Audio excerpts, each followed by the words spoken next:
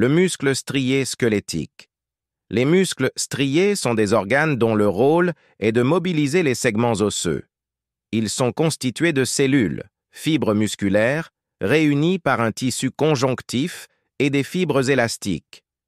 La masse musculaire d'un être humain représente 40 à 45% de la masse du corps et compte environ 600 de muscles.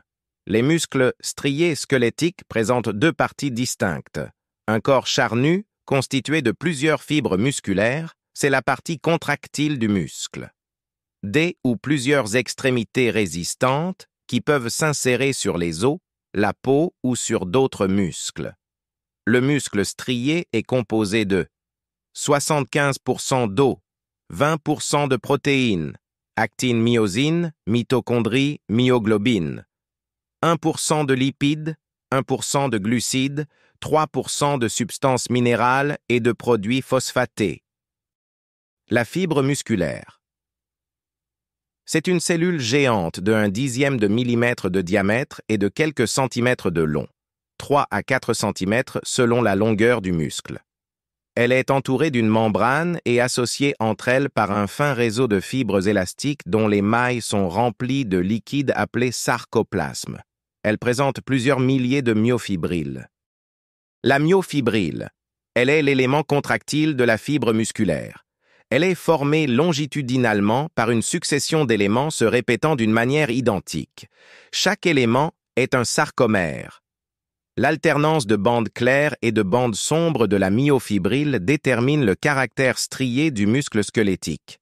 Elle résulte de la disposition des filaments, actine, myosine, dans la myofibrille.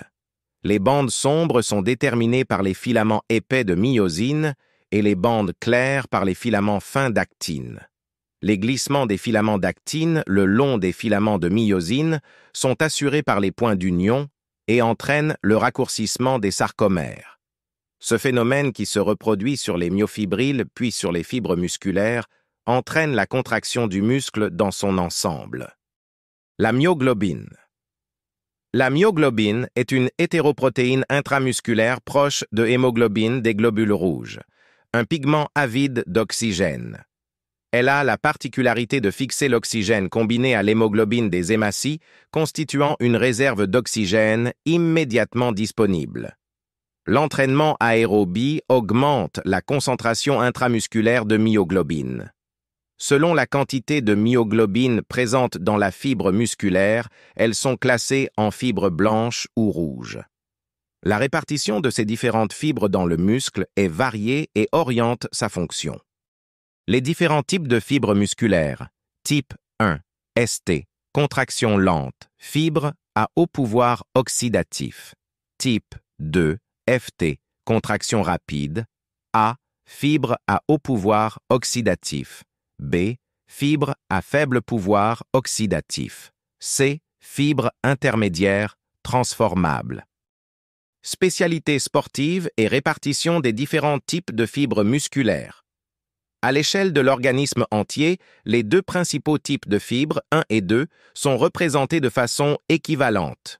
Mais leur pourcentage varie dans une large mesure selon la détermination génétique et la fonction habituelle du muscle. Il n'est pas encore facile de différencier la part qui revient à l'apport génétique de celle qui revient à la fonction du muscle. Néanmoins, il est possible d'établir une correspondance relative entre spécialité sportive et type de fibre musculaire.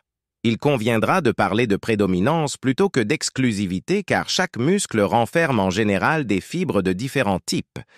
Il a été constaté la présence de 75% de fibres à contraction rapide, 2 ou FT, dans le vaste externe, VL, des cuisses de sprinter, alors que ce même muscle renferme 75% de fibres à contraction lente, 1 ou ST, chez le coureur de fond.